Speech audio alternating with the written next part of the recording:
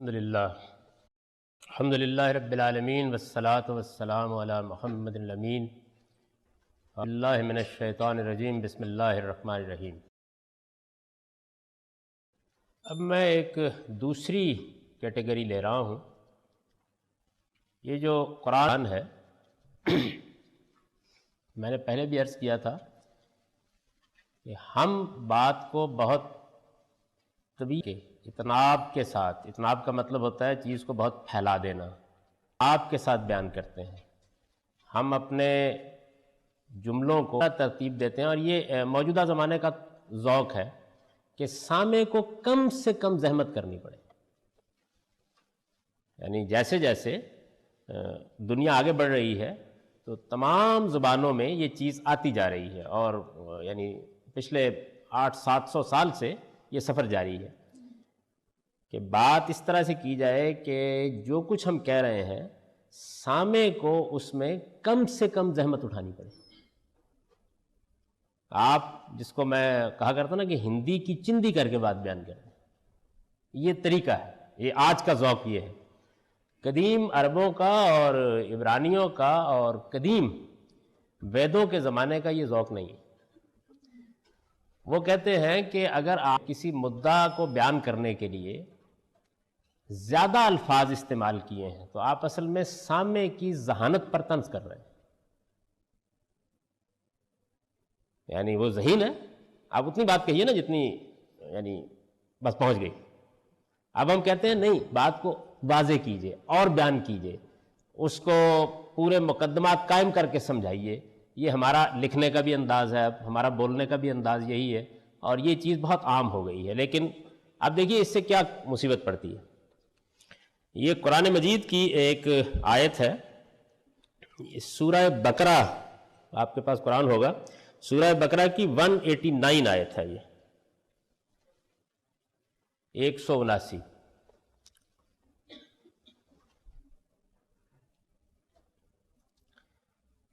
اب اس میں ایک چھوٹا ٹکڑا ہے، یسألونک عن الأہلہ، یعنی اس میں اگر آپ ملے ہوئے الفاظ کے لحاظ سے دیکھیں تو 3 لفظ ہیں۔ یسألونک، یسألونک کا مطلب عربی میں ہوتا ہے وہ آپ سے پوچھتے ہیں، وہ آپ سے سوالتے ہیں۔ یسألونک کا مطلب وہ آپ سے سوال کرتے ہیں۔ ان الأہلہ، ان بالکل اس معنی میں یہاں استعمال ہوا ہے جس معنی میں ہم بولتے ہیں بارے میں، بولتے ہیں نا کہ متعلق، یعنی وہ آپ سے فلاں متعلق سوال کرتے ہیں، فلاں چیز کے بارے میں سوال کرتے ہیں۔ تو عربی زبان کو کے متعلق اور بارے میں کہنے کی ضرورت نہیں، ان، یعنی زبان کو اس کی ضرورت نہیں ہے۔ تو یسألونک کا ان، اور اہلہ جو ہے یہ وہی ہلال ہے نا جو بڑی مشکل سے نظر آتا ہے۔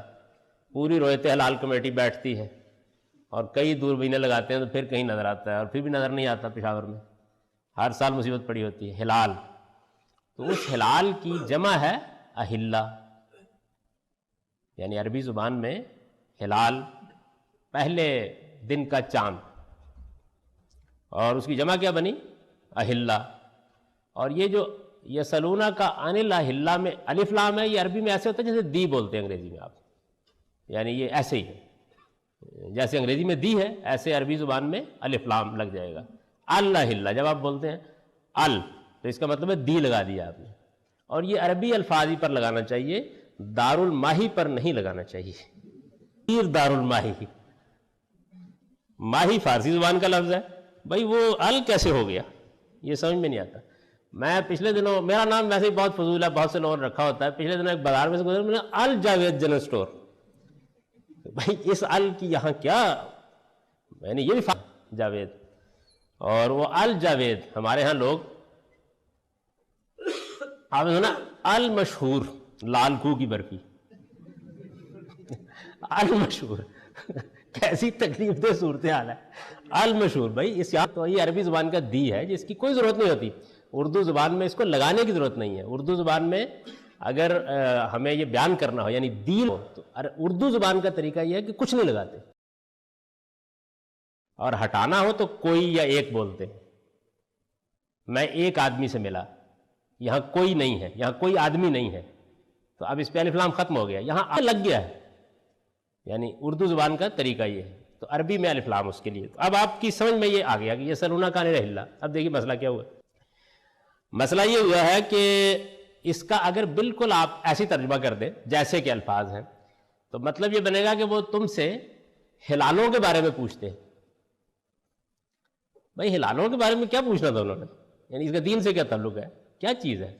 اچھا، لوگوں نے بڑی مشکل سے اسے مدعا نکالا کہ وہ تم سے چاند کے گھٹنے بڑھنے کے بارے میں پوچھتے ہیں.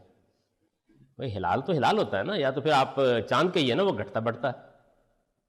ہلال تو بس ہلال ہوتا ہے، پیدا ہوتا ہے اور ختم ہو جاتا ہے، تو اس میں گھٹنے بڑھنے کا کیا سوال ہے؟ تو ایک مصیبت پیدا ہو گئی. اب یہ دیکھیے میں آپ کو سمجھاتا ہوں کہ یہ اصل میں پہلے اس کا مطلب بتا دیتا ہوں کیا ہے، صحیح مطلب کیا ہے. ایسے ہے، آپ کو پنجابی زبان، پنجاب میں آپ رہتے ہیں آتے ہی ہوگی، ہمارے یہاں پنجابی زبان میں آپ نے سنا ہوگا بڑی بوڑھیاں کہتی ہیں نہیں اے 10 چاندی کی تاریخ ہے. سنا ہوا ہے؟ یہاں چاند کس پانی میں بولا گیا ہے؟ مہینے کے معنی میں بولا گیا. یعنی ہماری پنجابی زبان میں بھی یہ اسلوب موجود ہے.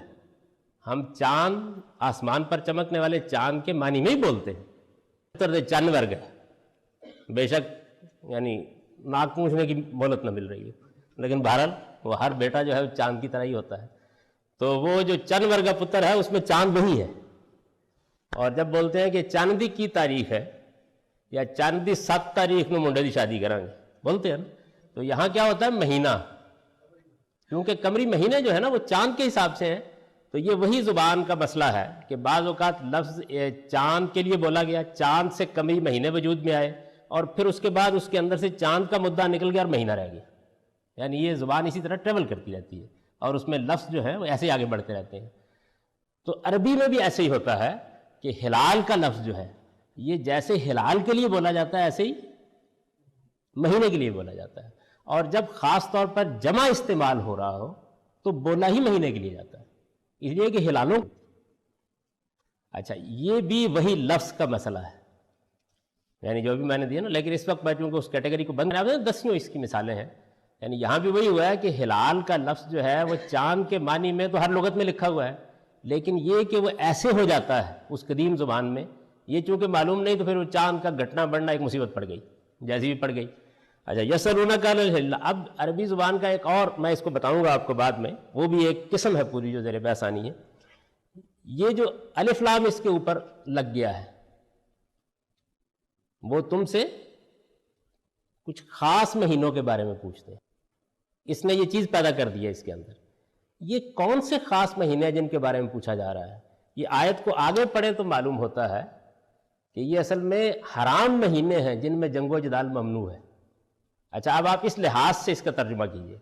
وہ آپ سے حرام مہینوں کے بارے میں پوچھتے ہیں، ان سے کہیے یہ لوگوں کے لیے، لوگوں کی بہبود کے اوقات بھی ہیں اور یہ حج کے ایام بھی ہیں. یعنی یہ جو 4 مہینے حرام کیے گئے ہیں وہ حج کے ایام ہیں، ان میں آپ عمرہ اور حج کرتے ہیں، اور وہ لوگوں کی بہبود کے اوقات ہیں اس لیے کہ ان میں جنگ بند ہو جاتی تھی اس زمانے کی بدامنی. آج تو آپ اس کا تصور نہیں کر سکتے، تو میلے لگ جاتے تھے، کاروبار ہوتا تھا. تو قرآن مجید نے یہ کہا کہ یہ حرام مہینے ایسے ہی قائم رہنے چاہیے. یعنی آگے جو مدعا ہے وہ یہ ہے کہ لوگ پوچھ رہے تھے کہ کیا حرام مہینے، یہ دین ابراہیمی کی چیز تھی، حرام مہینوں کی حرمت کیا قائم رہے گی؟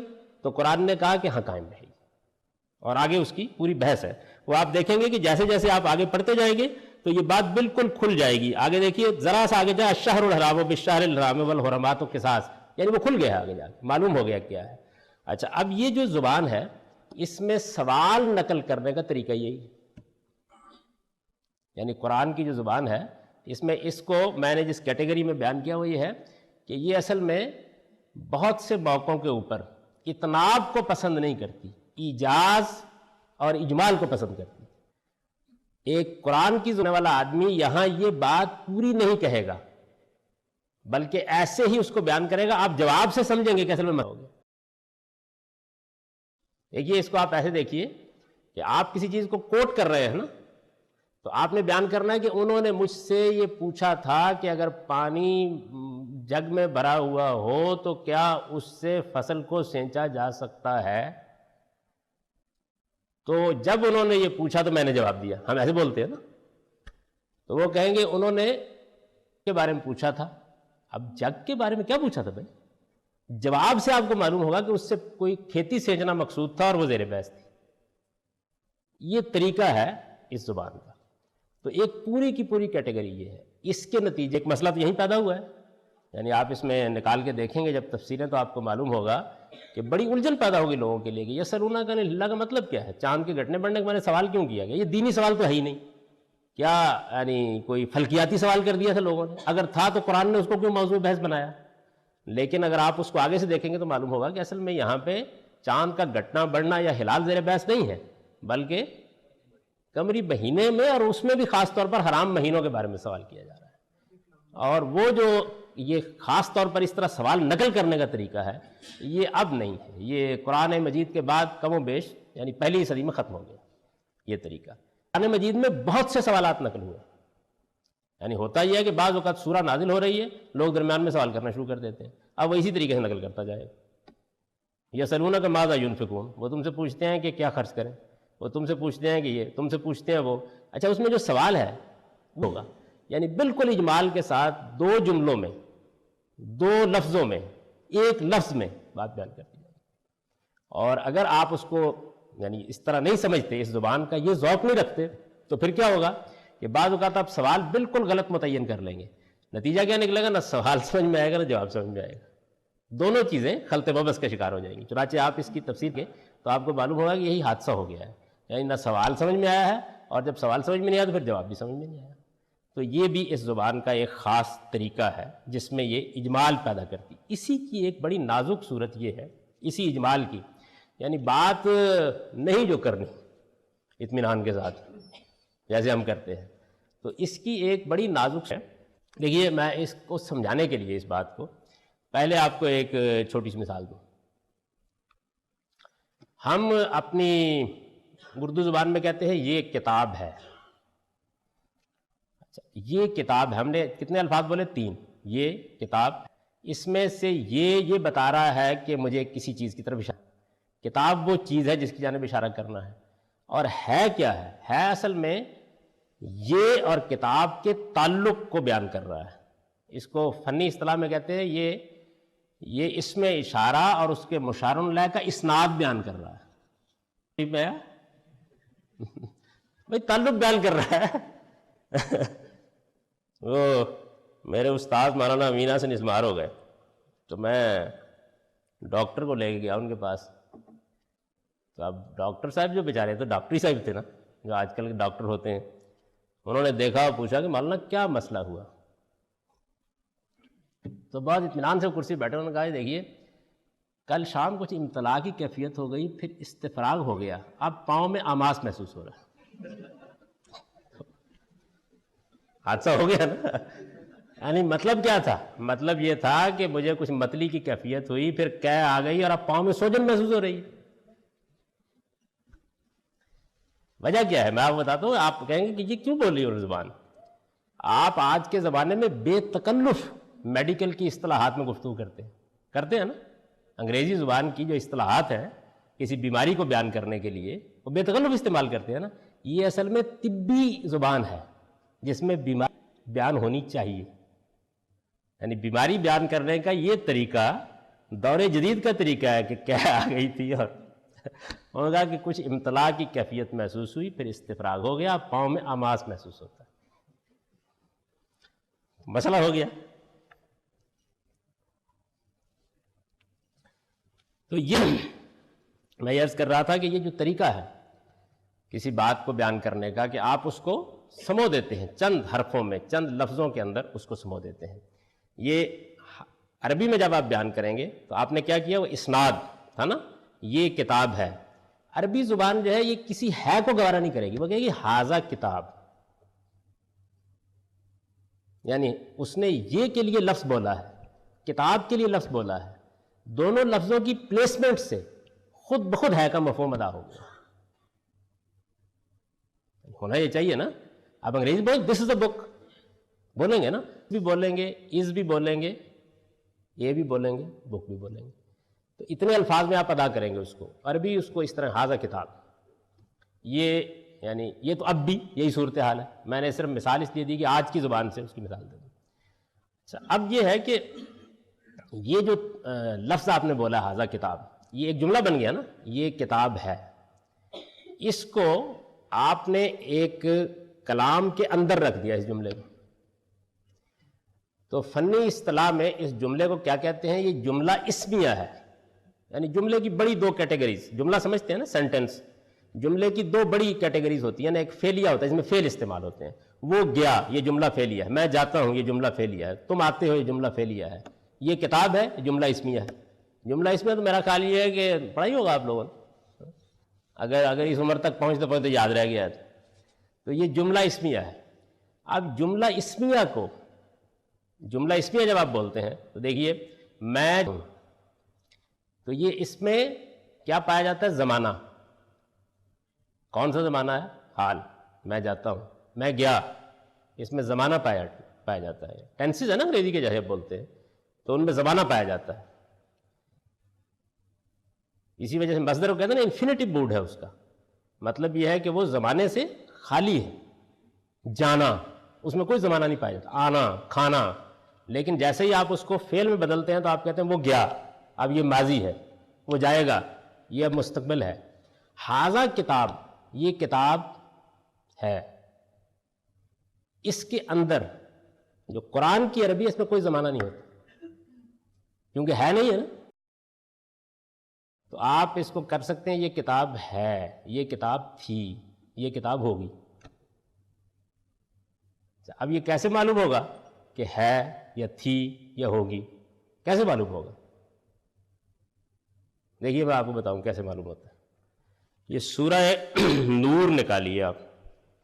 میرا خیال ہے اگر میں بھول نہیں رہا شاید 24ویں سورہ ہے, 24.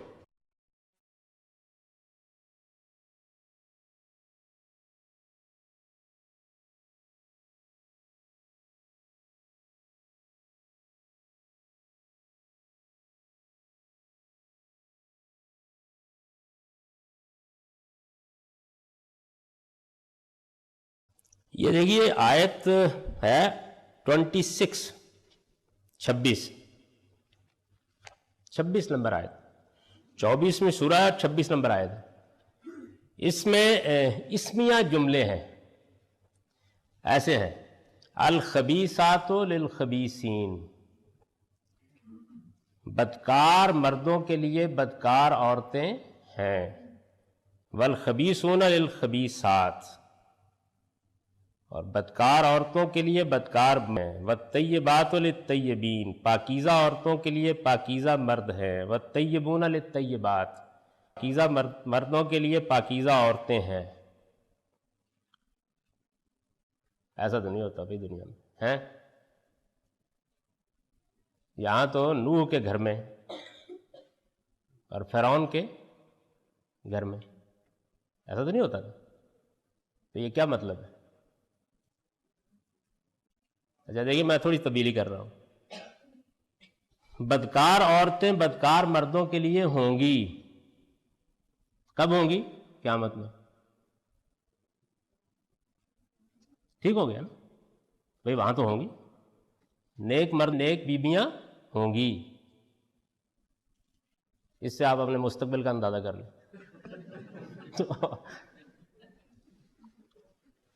اب یہ کیا ہے؟ یہ کیا ہوا ہے کہ جملہ اسمیہ جو ہے, اگر آپ اس زبان کے اس پہلو سے واقف نہیں ہیں کہ اس کا قدیم عربی زبان میں کوئی زمانہ نہیں ہوتا, یہ طریقہ آپ کیا جاتا, اس کا کوئی زمانہ نہیں ہوتا. وہ زمانہ ہمیشہ سیاق و سباق سے طے کیا جاتا ہے. کیسے طے کیا جاتا ہے؟ اب کیا چل رہی ہے,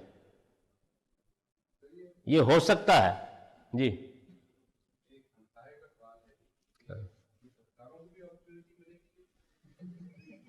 کس چیز کی؟ مطلب اس کا مطلب اصل میں یہ ہے کہ بدکار مرد اور عورتیں جہنم میں اکٹھے کر دیے جائیں گے, اور نیکوکار مرد اور عورتیں جنت میں اکٹھی کر دی جائیں گی. جی وہ آپ لے جائیے. تو یہ قیامت میں ہوگا, قیامت میں ہوگا, ہونا چاہیے. عقل یہی کہتی ہے, قرآن کا استدلال یہی کہتا ہے. یعنی یہ تو نہیں ہو سکتا نا کہ مثال کے طور پر ایک آسیہ ہیں، صحیح، فرعون کی بیوی ہے، تو وہ فرعون ہی ہوں گی نا، اور فرعون آسیہ کے پاس نہیں ہوگا، وہاں یہی ہونا چاہیے، یہاں تو تھا۔ اب آپ اس سے واقف نہیں ہیں، آپ واقف نہیں ہیں تو بس ٹھیک ہے، تفسیری کتابیں نکال کے دیکھ لیجیے یہاں کیا ہوا ہے، یعنی لوگ طور پر واقف نہیں ہیں تو یہ مصیبت واقع ہو گئی، پڑ گئی کہ اب کیا کیا جائے۔ یہ پھر وہی چیز ہے کہ ایک خاص طرح کا اجمال ہوتا ہے اس زبان میں کہ یہ اب پسند نہیں کیا جاتا کہ جملہ اسمیہ میں زمانہ ڈالا جائے، ہم ڈالتے ہیں، ہم اپنی اردو زبان میں ڈالتے ہیں، انگریزی میں ڈالتے ہیں۔ اب جو عربی ہے کیا بلکہ اس کے بعد جو 100-150 سال کے بعد کی عربی، اس میں آپ زمانے کو اس کے اندر ڈالتے ہیں، جملے کے اندر، تب سمجھ میں آتا ہے نا۔ یہاں نہیں ہوتا، یہاں یہ آپ طے ہے کہ اصل میں زمانہ کون سا ہے، زمانہ سمجھ گئے نا اب آپ، یعنی لفظ میں زمانہ نہیں ہے، الخبیثات للخبیثین، بس وہی ھذا کتاب، اتنا ہی۔ اس کے اندر اب کیا چیز پیدا کرنی ہے زمانے کے لحاظ، یہ سیاق سباق کانٹیکسٹ بتائے گا کیا پیدا کرنی ہے۔ اچھا، اب آپ اس بات سے واقف ہی نہیں ہے کہ جملہ اسمیہ کے اندر زمانہ نہیں ہوتا، تو ہر جگہ اس کو ترجمہ ہے کرتے جائیں گے، اس کے نتیجے میں ہے ہو جائے گی بے شمار جگہوں پر۔ یہ جو مسئلہ ہے، یہ گویا میں نے لفظ کے اجمال کی آپ کو جملے کے اجمال ڈال دی، یعنی جملہ ایسے بناتی ہے یہ قدیم زبان کہ اگر آپ اس کے اس طریقے سے واقف نہیں ہیں تو سوالات میں بڑے مسائل ہو جائیں گے اور اسمیہ جملوں میں بڑے مسائل ہو جائیں گے۔ اچھا، یہ 2 مثالیں بات سمجھانے کے لیے دی ہیں، ایسی بہت سی اور چیزیں ہیں جو جملے کی کنسٹرکشن میں اس زبان کی خاص چیزیں۔ مثلا جو آیتوں میں ایک جملہ ہے ما لأحد عنده من نعمت تجزا، یہ میں آپ کو بتا نہیں سکتا، کبھی آپ اس کو پڑھیے اور تدبر قرآن میں مولانا امین احسن اصلاحی نے جیسے اس کو سمجھا ہے جملے کو، اس کو بھی پڑھیے، میرا خیال ہے وہی سمجھ سکتے ہیں، یعنی اس زبان کے وہ کتنے بڑے عالم نہیں کیا جا سکتا۔ ما لأحد عنده من نعمت تجزا، یہ بھی اسی کنسٹرکشن کا مسئلہ ہے کہ جو اس زبان کی خاص کنسٹرکشن ہے، آپ اگر اس سے واقف نہیں ہیں تو یہ جملہ کسی طرف سے سمجھ میں نہیں آئے گا، یعنی ایسا الٹا سیدھا ہوا ہے کہ بس پڑھے رہے اس کو، لیکن وہ ذرا زیادہ ٹیکنیکل چیز ہے تو میں نے اس کو چھوڑ دیا۔ کبھی جن لوگوں کو ذوق ہے وہ اس کو پڑھیں جا کے، تو ان کو اندازہ ہوگا کہ اس میں کیا مسئلہ ہے۔ ما لأحد عنده من نعمت تجزا کس سورہ میں؟ سورہ اللیل، نمبر بھی یاد ہوگا آپ کو، غلط، ان کو ایسی چیزیں بہت یاد ہوتی ہیں۔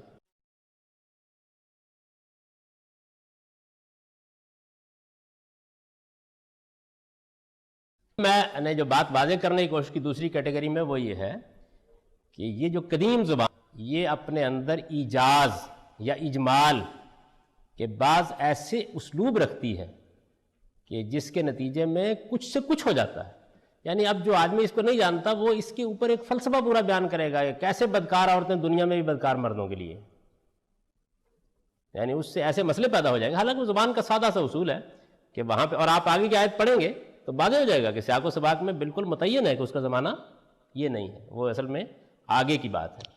اچھا، میں اسی دیکھیے ایک اور آپ کو بڑی سادہ سی مثال دوں، قرآن مجید میں کئی جگہوں پر یہ آتا ہے لا خوف علیہم ولا ہم یحزنون،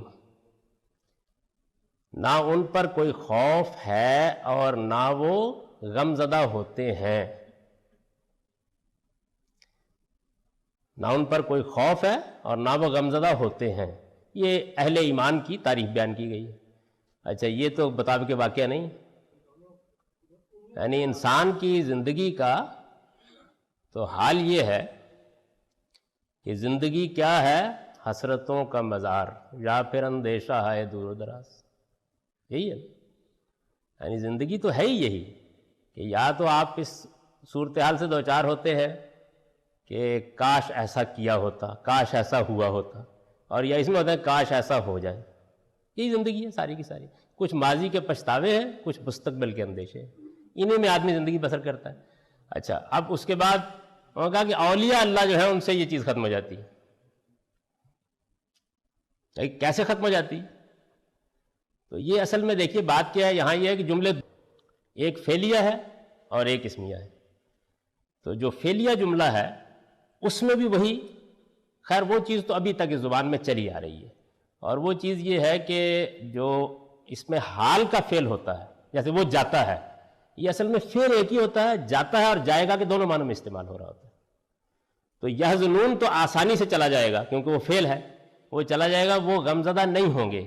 لا خوفن نے مسئلہ پیدا کیا نا، تو وہ اسمیہ ہے، اس کو ہی بدل دیں اسی میں، کہ نہ انہیں وہاں قیامت میں کوئی اہل ایمان کو نہ قیامت میں کوئی مستقبل کا اندیشہ ہوگا نہ ماضی کا غم، تو پھر آپ اطمینان سے یہاں غمزدہ رہیں، ورنہ تو مصیبت پڑ جائے گی۔ آدمی کو ذرا غم لائق ہوا تو سوچے گا میں تو ایمان سے خالی ہو گیا ہوں، اس لیے کہ صاحب ایمان آدمی جو ہے اس کے اندر تو یہ چیز نہیں ہونی چاہیے۔ تو مستقبل کے اندیشے اور ماضی کے پچھتاوے، یہی دنیا کی زندگی ہے۔ زندگی کیا ہے؟ حسرتار یا پھر اندیشہ ہے دور و دراز۔ جب یہ ختم ہو جائے گی تو جنت کی زندگی کیا ہے؟ اس کو قرآن ایک لفظ میں بیان کرتا ہے، لا خوف علیہم ولا هم یحزنون، نہ وہاں ماضی کا کوئی پچھتاوا ہوگا نہ مستقبل کا کوئی اندیشہ۔ یہی اس زندگی کی بہترین تعبیر ہے۔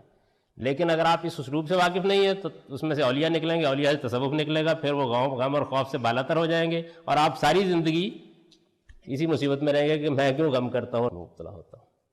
اور جتنا مرضی نماز پڑھیں، روزہ رکھیں، اولیاء اللہ تو بن نہیں سکیں۔ تو یہ میں نے آپ کو چند مثالیں دی اس کی کہ اس زبان میں کیسے کی جو کنسٹرکشن ہے وہ اپنے ایجاز کی وجہ سے زمانے سے خالی ہوتی ہے، اسمیہ جملوں میں خاص طور پر۔ جملے دونوں طرح کے بنیں گے، فعلیہ میں اتنا مسئلہ نہیں ہوتا، اس میں بھی مسئلے ہوتے ہیں لیکن اتنا بڑا مسئلہ نہیں ہوتا۔ یہ جو فعلیہ جملہ ہے اب تک جو زبان بولی جا رہی ہے میں خاص طور پر حال والے جملوں میں حال اور مستقبل دونوں کو اکٹھا باندھتے ہیں، اب بھی یہ چیز چلی آ رہی ہے، اگرچہ اب لکھنے والے عام طور پر اس کے لیے بعض الفاظ لاتے ہیں جس سے وہ زیادہ واضح ہو جاتا ہے، لیکن قدیم عربی میں کوئی اس کا سوال نہیں۔ ایسے ہی ایک اور مسئلہ ہے، آپ بولتے ہیں لفظ بھی، میں نے روٹی کھائی، پانی پیا اور پھل بھی کھایا، بھی بولتے ہیں۔ اچھا، قرآن مجید کی جو زبان ہے اس میں بھی اس کے لیے لفظ موجود تھا ایزن۔ ایزن جانتے ہیں نا، ہمارے عام طور پر حاشیے میں لکھا تھا ایزن ایزن ایزن، اس کا مطلب بھی۔ وہ سیدنا عمر رضی اللہ عنہ کا ایک مشہور مکالمہ ہے، وہ خطبہ دے رہے تھے، حضرت عثمان دیر سے آئے تو انہوں نے خطبہ روک کے پوچھا کہ آپ دیر سے کیوں تشریف لائے ہیں؟ بڑے لوگوں میں سے ہیں اور جمعے کے خطبے میں تاخیر سے آ رہے ہیں۔ تو انہوں نے کہا کہ وہ میں اصل میں باہر سے آ رہا تھا اپنے کام وام سے اور بس وضو کر کے چلا رہا ہوں۔ تو ان کا والوضو ایزن، یعنی آپ نے غسل بھی نہیں فرمایا، اور اس پر مزید یہ کہ وضو بھی، یعنی یہ بھی جو ہے یہ اس کا مطلب یہ ہے کہ مستعمل تھا۔ پورے قرآن میں یہ لفظ نہیں، حالانکہ میرا خیال یہ آپ 10 جملے لکھیے بھی کے بغیر نہیں لکھ سکتے نا، بھائی کہیں نہ کہیں تو بھی آ جائے گا۔ قرآن مجید میں اب یہ بھی جو ہے یہ جملے کی کنسٹرکشن سے ادا ہوتا ہے، جیسے یہاں میں نے کہا نا کہ ہے ادا ہوتا ہے، گی ادا ہوتا ہے، کنسٹرکشن سے ادا ہو جاتا ہے۔ کنسٹرکشن وہی کانٹیکسٹ میں رکھ کے ادا کر دیتی ہے، لیکن بھی کے لیے کوئی لفظ موجود ہی نہیں، قرآن میں نہیں استعمال کیا۔ مطلب یہ کہ لفظ تو تھا لیکن اس کا نہیں تھا، تو اس نے اس زمانے اس کو بھی استعمال، اب بہت استعمال ہوتا ہے بھی، ہر جگہ بھی ہوتا ہے، لیکن یہ ہے کہ قرآن پورا خالی ہے، یعنی لفظ ایک ایسا ہے کہ ضرورت پڑتی ہے لکھنے کے لیے، بولنے کے لیے، لیکن اس زمانے کی زبان میں اب اس کی بہت سی مثالیں دی جا سکتی ہیں کہ جن میں اگر یہ بھی آپ نہیں جانتے کہ کیسے ادا ہوتا ہے کنسٹرکشن سے، تو اس میں جملے کے مدعا اور مفہوم کے بہت سے مسئلے پیدا ہو جاتے ہیں۔ تو یہ دوسری کیٹیگری ہے۔ اس کو تیسری، اس کی بھی بہت مثالیں ہیں، یعنی میں کوشش کر رہا ہوں کہ زیادہ اس میں ہم نہ جائیں، ایک اجمالی سا تاثر بن جائے، کیونکہ ہم لوگ یہ بات کہتے ہیں اس زمانے میں تو عام طور پر چونکہ ہمارا مذہبی طبقہ بھی ان نزاکتوں سے واقف نہیں ہے تو وہ خیال کرتے ہیں کہ اچھا ٹھیک ہے ہم مدینہ یونیورسٹی جائیں گے، عربی سیکھ کے آ جائیں گے، اس کے بعد ہم سے بڑا مفسر کون ہے۔ اور جب میں یہ کہتا ہوں کہ بھائی 40 سال لگتے ہیں، تو وہ 40 سال اصل میں اس لیے لگتے ہیں کہ پھر آپ کو اصل میں اس زمانے سے 1014 سال کا سفر کرنا پڑتا ہے ذہنی لحاظ سے، اور مستقلاً اس کیفیت میں رہنا پڑتا ہے، تب آپ، ورنہ یہ کہ آج کے زمانے کی زبان وہ اس کے اوپر غلبہ ہو جاتا ہے اس چیز کا۔ تو یہ آپ کو میں نے 2 کیٹیگریز بتائی۔ جو بڑی دلچسپ کیٹیگری ہے اس زبان میں، اور یہ بہت اتنا زیادہ ہے، وہ ہے حذف کا اسلوب۔ حذف کہتے ہیں اومیشن کو، یعنی کسی چیز کو آپ نے اومٹ کر دیا، حذف کا اسلوب، عربی زبان میں اس کو حذف کہتے ہیں۔ حذف کے اس اسلوب کا مطلب کیا ہے؟ اس کا مطلب یہ ہے کہ ایک جملہ بنایا، اب اس جملے کے اندر ایک بات ادا ہو رہی ہے، اس کے لیے آپ نے کچھ الفاظ استعمال کیے، ان الفاظ کی تعداد تھی 7۔ اگر الفاظ آپ بول دیں تو ان کی دلالت سے باقی تین خود بخود سمجھ میں آتے ہیں. قرآن کی زبان میں وہ تین الفاظ نہیں لکھے گئے، موجود نہیں ہوں گے. یعنی اس کو آپ کو پھر اس زبان کے ریاض سے سمجھنا ہے. اس کی دیکھیے کیسی عجیب مثالیں ہیں. یہ میں آپ کے سامنے کچھ مثالیں اس کی رکھتا ہوں.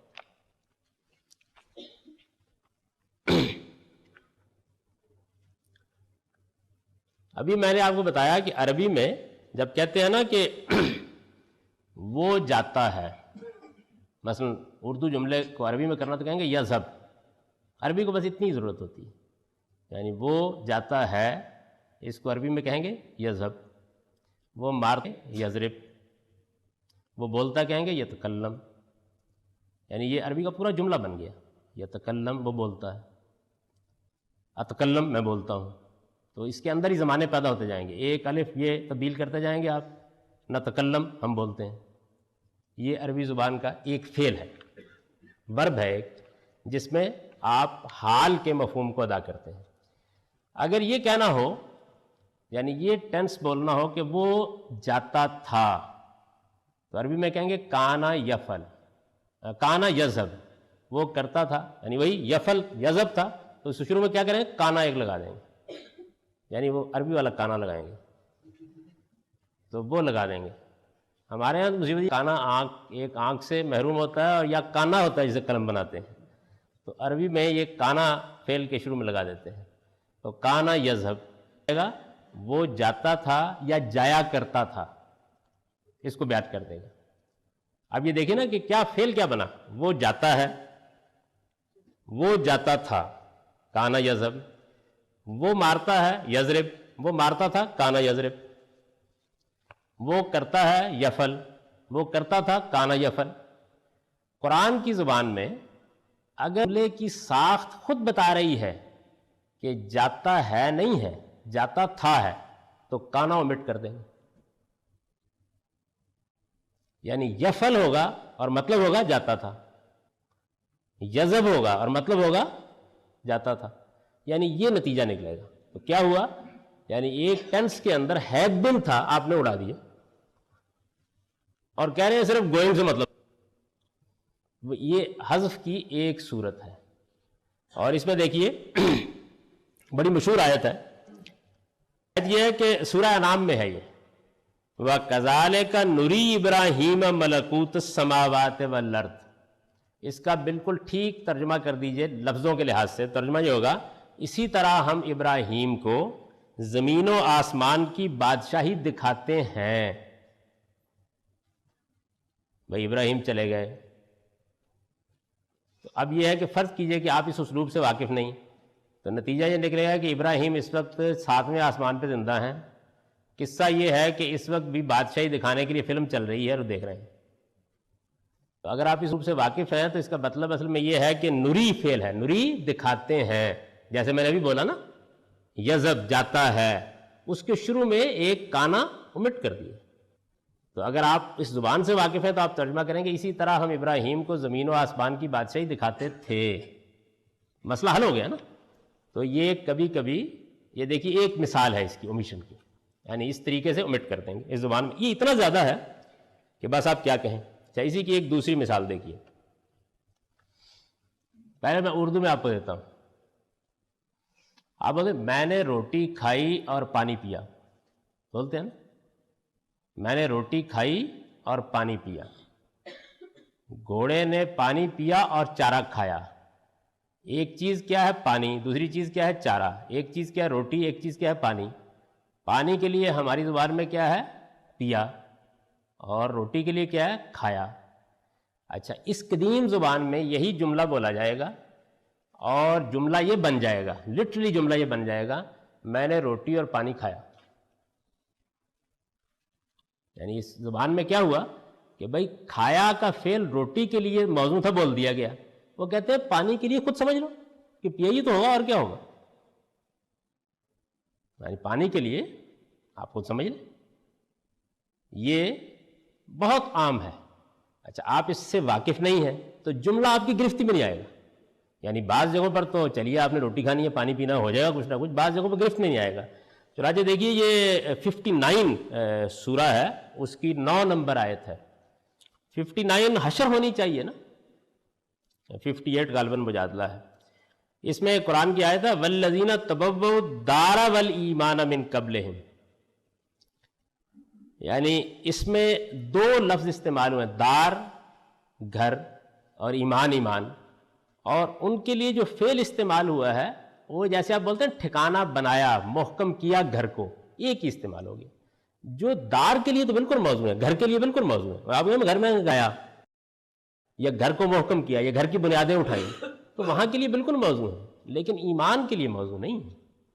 کیا ہے قرآن مجید چونکہ اسی زبان میں ہے تو اس نے کیا یہ ہے کہ ایک کے لیے فعل لے آیا ہے اور دوسرے کے لیے نہیں لایا۔ یہ اب سامع کا کام ہے کہ وہ اس کے لیے مناسب فعل، مناسب ورب خود سمجھ لیں۔ سمجھ رہے نا یہ بات؟ تو یہ اومیشن کی دوسری مثال ہے۔ یعنی بسا اوقات یہ ہوتا ہے کہ ایک ہم جملہ بولتے ہیں اس قدیم زبان میں، عربی یا قرآن کی عربی ہے، اور اس کے اندر 2 لفظ ہوتے ہیں جن کے لیے 2 الگ الگ فعل بولے جانے چاہیے، ان میں سے ایک بول دیا جائے گا، ایک ختم۔ اچھا، اس کے بعد کیا ہوتا ہے؟ بعض موقعوں پر ایسا ہوتا ہے یہ بولتے ہیں تم جو کچھ بھی کرو گے، یہ کیا ہے؟ یہ زبان کی کنسٹرکشن میں اس کو کہتے ہیں یہ شرط کا جملہ ہے۔ تم جو کچھ بھی کرو گے میں تمہارے ساتھ ہوں گا، تو تم جو کچھ بھی کرو گے یہ کلاز ہے شرط، اور میں تمہارے ساتھ ہوں گا یہ کیا ہے؟ جزا، یعنی یہ اس کا نتیجہ ہے نا، یہ مل رہی ہے۔ تو ایک قرآن مجید کی زبان میں بے شمار مقامات پر آپ دیکھیں گے کہ شرط موجود ہے، تم جو کچھ بھی کرو گے جزا نہیں۔ مطلب یہ ہے کہ وہ جزا اصل میں جملوں کے باہمی ربط سے خود بخود نمایاں ہو رہی ہے۔ ما تفعلوا من خیر فإن اللہ کان بہ علیما، اب اس کے اندر سے شرط موجود ہے، جو کچھ بھی تم بھلائی کرو گے، آگے اس کی جزا کیا ہے؟ بھئی جو کچھ بھی تم بھلائی کرو گے جملہ مکمل نہیں ہوا نا، وہ نہیں ہے، وہ نہیں ہے۔ جو کچھ بھی تم بھلائی کرو گے وہ ضائع نہیں جائے گی، اس لیے کہ اللہ ہر چیز کا علم رکھتا ہے۔ یا کیا قرآن نے جو کچھ بھی تم بھلائی کرو گے یہ، اور اس لیے کہ اللہ ہر چیز کا علم رکھتا ہے، یہ بھی آ گیا، بیچ کا یہ ٹکڑا نہیں۔ آپ نے کتنی مشکل پیدا ہو جاتی ہے۔ یعنی اگر ترجمہ کیجئے تو یہ بنے گا اور جو کچھ بھی بھلائی تم کرو گے اس لیے کہ اللہ ہر چیز سے واقف ہے۔ آپ نے دیکھا جملہ کچھ بھی نہیں ہوا، بنا ہی نہیں۔ تو اصل میں وہ ایک ٹکڑا ہے بیچ میں جو omit کر دیا گیا ہے، اس قدیم زبان میں نہیں بولتے وہ بعض جگہوں کے اوپر۔ جو کچھ بھی تم بھلائی کرو گے وہ ضائع نہیں جائے گی، اس لیے کہ اللہ ہر چیز کا علم رکھتا ہے۔ تو یہ اومیشن کی ایک مثال ہوئی۔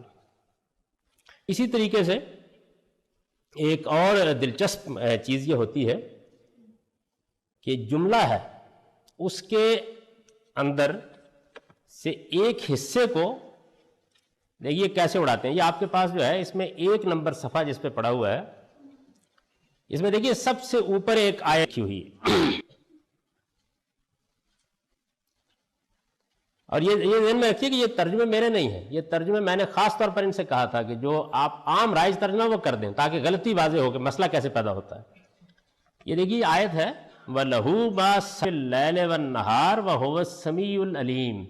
پہلے اس کے الفاظ سمجھ لیجئے، وَلَهُ اور اسی کے لیے ہے، اور اسی کے لیے ہے، وَلَهُ میں یہ ادا ہو گیا سارا، اور اسی کے لیے ہے ما جو سکنا ٹھہر گیا، ٹھہرا ہوا، ساکن ہے بولتے ہیں نا آپ، وہی سکنا، جو کچھ ساکن ہے رات میں اور دن میں، وَهُوَ السَّمِيعُ الْعَلِيمُ اور وہ سمیع و علیم ہے، اللہ تعالیٰ کے بارے میں کہا اور وہ سمیع و علیم ہے۔ اچھا، اب یہ سکنا کا مطلب ہے کہ وہ جو کہ پرسکون ہے، ٹھہرا ہوا ہے، جس میں حرکت نہیں ہے، یہ مطلب ہے اس کا، ٹھیک مفہوم اس کا یہ ہے۔ لیکن اس میں پرابلم پیدا ہوتا ہے کہ کیا اللہ تعالیٰ کے لیے صرف وہ چیزیں ہیں جو رات اور دن میں ٹھہری ہوئی ہیں اور جو گردش میں ہے، جو حرکت میں ہے، کیا وہ نہیں ہے؟ تو اس کا نتیجہ یہ کیا نکلا کہ اب مترجم نے اس لفظ کے مفہوم کو خراب کر کے اس کا ترجمہ کیا، اور جو مخلوق رات اور دن میں بستی ہے سب اسی کی، یہ اس لفظ کا مطلب نہیں۔ ہوا کیا ہے؟ ہوا یہ ہے کہ ساکن ہے، یہ تو لفظ آ گیا، چیزیں رات میں سکون میں چلی جاتی ہیں اور دن میں متحرک ہو جاتی ہیں۔ تو متحرک جو ہوتی ہیں یہ بھی ایک لفظ ہے نا، اس کا مطلب ادا کیا جائے گا، اس کو omit کر دیا گیا۔ اس کا ٹھیک ترجمہ یہ ہوگا کہ اسی کے لیے ہر وہ چیز رات میں سیر ہو جاتی ہے اور دن میں متحرک ہو جاتی ہے۔ یعنی یہ اصل میں بیان واقعہ ہے، اس میں کوئی شک نہیں، لیکن اب دیکھیے کیا مسئلہ پیدا ہو گیا، یعنی اس کے جو حصے ہیں نہیں بیان ہوئے۔ اسی طرح یہ دیکھیے اگلی جو آیت ہے، وَمَا مِن دَابَّةٍ فِي الْأَرْضِ وَلَا طَائِرٍ يَطِيرُ بِجَنَاحِهِ، اس ٹکڑے آپ بیان کریں، ترجمہ کریں اس کا اسی طرح جیسے کہ الفاظ ہیں، اور زمین میں ہر چلنے والا اور اڑنے والا جو اپنے دونوں پروں کے ساتھ اڑتا ہے۔ زمین میں ہر چلنے والا اور اڑنے والا جو اپنے دونوں پروں کے ساتھ اڑتا ہے۔ اب اس میں کیا ہوا ہے؟ اس میں ہوا یہ ہے کہ اصل میں یوں تھا یہ کہ ما من دابۃ تدب فی الارض، جو چلنے والا بھی کوئی جانور زمین میں چلتا ہے، ولا طائر یطیر، اور جو پرندہ بھی فضا میں اڑتا ہے اپنے پروں کے ساتھ، اور ادھر کیا تھا؟ اپنی ٹانگوں کے ساتھ۔ تو ادھر سے اپنی ٹانگوں کے ساتھ omit کر، ادھر سے آسمان اور فضا میں کے الفاظ omit کر دیے، اور اس کے بعد جملہ کیا بن گیا کہ ہر وہ چیز، ہر وہ چلنے والا جانور جو زمین میں ہے اور پرندہ جو اپنے دونوں پروں کے ساتھ اڑتا ہے۔ اصل میں پورا جملہ یہ تھا کہ ہر وہ جانور جو زمین میں اپنی ٹانگوں پر چلتا ہے اور ہر وہ پرندہ جو آسمان میں اپنے پروں کے ساتھ اڑتا ہے، پورا جملہ یہ تھا۔ تو پروں کے ساتھ اڑتا ہے یہاں بیان کر دیا پروں کے ساتھ، اور وہاں ٹانگوں والا حصہ کر دیا، اور ادھر زمین میں چلنے کو بیان کر دیا، اور فضا میں اڑنے میں فضا میں کے الفاظ ختم کر دیے۔ تو اس کو یعنی اس زبان کو اچھا جاننے والا آدمی جو ہے وہ بے تکلف بیان کر دے گا، یعنی وہ اس کو کھول دے گا، پوری بات بیان کر دے گا۔ اچھا اب یہاں تو ظاہر ہے کہ چلیے جی ٹھیک ہے، پرندے اگر فضا میں وہ کیا الفاظ آپ نے نہیں بھی بولے، یعنی ترجمہ تو خراب ہو جائے گا، لیکن یہ کہ بہت سی جگہوں کے اوپر اگر آپ اس کو نہیں سمجھ دے تو احکام میں فرق پڑے گا، یعنی اومیشن ہوئی ہے، اس کو آپ نے اگر فالو نہیں کیا تو پھر آپ جو سمجھ رہے ہیں وہ سمجھ رہے ہیں۔ تو اگلی آیت ہے، اس میں بھی کی مثالیں ہیں، یعنی یہ آپ کیا تم نے دیکھا خدا نے آسمان سے پانی برسایا تو ہم نے اس سے طرح طرح کے رنگوں کے میوہ پیدا کیے، اور پہاڑوں میں سفید رنگ اور سرخ رنگوں کے قطعات بھی ہیں اور بعض کالے اور سیاہ بھی ہیں۔ یہ ہونا چاہیے، لیکن مترجم چونکہ اس اسلوب سے واقف نہیں ہے تو اس لیے وہ اس کو ادا نہیں کر رہا۔ اگلی میں بھی آپ کو اسی، یہ اومیشن ہے، یعنی اومیشن کا یہ جو اسلوب ہے، ایک چیز کو آپ نے حذف کر دیا۔ تو میں نے آپ سے عرض کیا کہ یہ اس کا مسئلہ۔ اب یہ دیکھیے کہ آپ فرمائیں گے کہ چلیے کوئی حرج نہیں ہے اگر زمین میں ساکن ہو اور اس میں ہو۔ اب ذرا دیکھیے احکام میں کیا ہوتا ہے۔ سورہ نساء آپ نکالیے 11ویں آیت، یہ ہے اس میں، یہ آپ کا جو ہے نا اس میں ہے، اس کے بعد ہے سورہ نساء کی 11ویں آیت، یہ ہے فَإِن كُنَّ نِسَاءً فَوْقَ اثْنَتَيْنِ فَلَهُنَّ ثُلُثُ مَا تَرَكَ وَإِن كَانَتْ وَاحِدَةً فَلَهَا النِّصْفُ۔ فَإِن كُنَّ نِسَاءً فَوْقَ اثْنَتَيْنِ، اور اگر مرنے والے کی اولاد میں صرف لڑکیاں ہی ہیں اور وہ 2 سے زیادہ ہیں تو ان کو 2/3 ملے گا، اور اگر ہے تو اس کو آدھا ملے گا۔ اس میں یہ الفاظ نہیں ہیں کہ 2 کے لیے کیا ہوگا۔ ہم آپ بولیں گے تو یوں کہیں گے نا کہ اگر مرنے والے کی اولاد میں صرف لڑکیاں ہی ہیں اور وہ 2 یا 2 سے زیادہ ہیں تو انہیں 2/3 ملے گا، 2/3 ملے گا، اور اگر ایک ہی لڑکی ہے پھر بات پوری ہوگی نا، یعنی اگر وہ 2 یا 2 سے زیادہ ہیں اور اگر ایک ہے بات آئے گی۔ تو اس میں کیا ہوا ہے، اس میں 2 کے الفاظ نہیں ہیں، یہ اب انہوں نے دیکھیے بریکٹ میں ڈالے ہیں، یعنی 2 یا، یہ مترجم نے اس کو ڈالا ہے اس کے اندر۔ اس مترجم سے آپ یہ پوچھیں کہ کیوں ڈالا ہے، الفاظ میں تو نہیں ہے، تو یہ اس کا ایک جواب دے گا آپ کو وہ جواب یہ دے گا کہ ایک حدیث میں یہ بیان ہوا ہے کہ 2 کا حصہ بھی یہی ہے. یعنی اس کا جواب یہ دے. اگر وہ حدیث نہ ہوتی، یعنی مثال کے طور پر اس حدیث کو بیان کرنے والے آدمی نے اسے رپورٹ نہ کیا ہوتا، کیونکہ حدیث میں تو یہ ضروری نہیں کہ رپورٹ کرے، اگر نہ کیا ہوتا تو پھر کیا ہوتا؟ پھر باقاعدہ بحث ہوتی اس بات کے اوپر کہ 2 کو نہیں مل سکتا، نہیں مل سکتا. اب میں آپ کو بتاؤں کہ یہاں ہوا کیا ہے. یعنی یہ کیا طریقہ ہے قرآن کا؟ طریقہ یہ ہے کہ آپ بولتے ہیں نا 2 یا 2 سے زیادہ اور 1، آپ بولیں گے 2 یا 2 سے زیادہ کا یہ حصہ ہے اور 1 کا یہ حصہ ہے، ایسے بولیں گے نا اردو میں. اچھا اس میں دیکھیے 2 سے زیادہ، 2 سے زیادہ عربی زبان میں یہ نہیں مناسب سمجھا جائے گا کہ 2 پہلے بول دیا جائے اور 2 سے زیادہ بعد میں بولا جائے. یعنی یوں بولنا چاہیے، ترتیب نہیں بنتی نا. ترتیب یہ بنے گی 2 سے زیادہ یا 2 یا 1، یہ ہونا چاہیے نا. یعنی 2 سے زیادہ یا 2 یا 1. اچھا الٹ کے بولیے 1 یا 2 یا 2 سے زیادہ، ایسے ہونا چاہیے. تو آپ دیکھیں کہ یہی بات قرآن نے اس آیت میں اور پھر اسی سورہ نساء کی آخری آیت میں بیان کی ہے. یہاں بیان کی ہے لڑکیوں کے بارے میں، وہاں بیان کی ہے بہنوں کے بارے میں. حصے دونوں کے ایک ہیں. وہاں ترتیب نیچے سے ہے، 1 بہن کو آدھا ملے گا، 2 کو 2.5. 2 سے زیادہ بہنوں کو 2/3 ملے گا، 1 کو آدھا. وہاں سے زیادہ اومٹ کر دیا، یہاں 2 اومٹ کر دیا. یعنی یہاں اس کو نہیں الفاظ میں بیان کیا، وہاں اس کو الفاظ میں بیان نہیں کیا. وجہ کیا ہے؟ وجہ یہ ہے کہ آپ ترتیب میں جب چلیں گے تو ایسے ہونا چاہیے زیادہ یا 2 یا 1. 1 کا حصہ یہ، 2 کا حصہ وہ ہے. بھائی جب 1 کا بیان کر دیا 1/3 اور 2 کا بیان کر دیا 2/3، تو آپ کامن سینس کو کام میں لیں، 2 سے زیادہ کا یہی ہونا چاہیے. یہ ہے عربوں کا مزاج. اچھا ادھر کیا صورتحال ہے؟ ادھر صورتحال یہ ہے کہ اگر 2 پہلے بولا جائے تو ترتیب خراب ہوتی ہے، اور اگر بعد میں بولا جائے تو عربی خراب ہوتی ہے. یعنی فوق اثنتین او اثنتین، 2 سے زیادہ یا 2، یہ یعنی قرآن کی زبان نہیں، وہ زبان نہیں ہے، اس میں نہیں بولا جا سکتا. اور اگر آپ بولیں 2 یا 2 سے زیادہ تو ترتیب خراب ہو گئی. پہلے 2 آ گئے، پھر 2 سے زیادہ آ گئے، پھر 1 آ گیا. تو پہلے میں ترتیب کے حسن کو پیش نظر کر کے ایک چیز omit کر دی، اور دوسرے میں کامن سینس پر انحصار کر کے دوسری چیز omit کر دی.